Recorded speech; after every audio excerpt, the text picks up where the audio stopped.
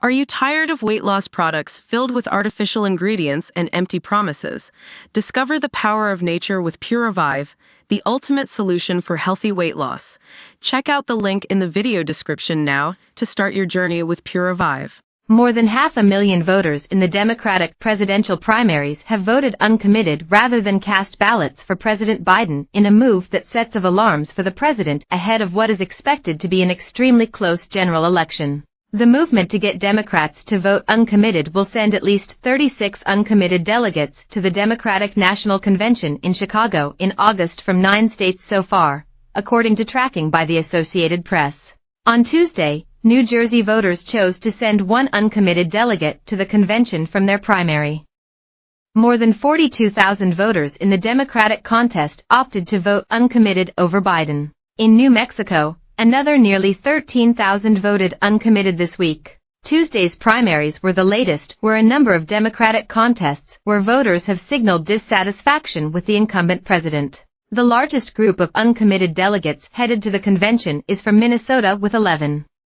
More than 45,000 voters there voted uncommitted. Kentucky is also sending 8 uncommitted voters to the convention. More than 32,000 voters in the state cast ballots for uncommitted. Thousands of Democratic voters are angry over President Biden's support for Israel as it continues to wage war in Gaza in response to the terror attack by Hamas on October 7. The conflict has put Biden in a tough political position. The president has supported additional aid for Israel, a close U.S. ally, but has also been critical of conservative Israeli Prime Minister Benjamin Netanyahu. In a Time interview released earlier this week, Biden said there is every reason to think Netanyahu is prolonging the war for political gains. Last week, the president called on Hamas to take a deal from Israel. He said it's time for the war to end. But Biden's efforts have not been enough to sway some of the party base, especially young people who have turned out to protest the war in Gaza on college campuses across the country.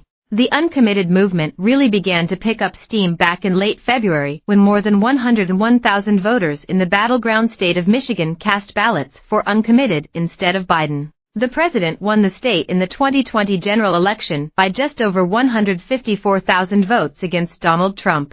While the uncommitted vote is a cause for concern for Biden if he is unable to bring some Democrats back into the fold by November, his opponent Trump has his own flashing warning signs. Some Republicans have rejected him in the GOP primaries despite there being no other candidate in the race and Trump having clinched the necessary delegates months ago. Former GOP candidate Nikki Haley continues to receive thousands of votes in the Republican primaries despite having dropped out of the race in early March. She said late last month she would vote for Trump after withholding an endorsement since her exit from the race.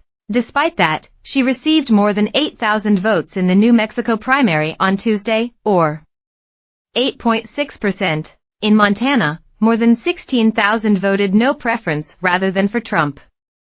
Last month, more than 120,000 voters in the GOP Indiana primary voted for her.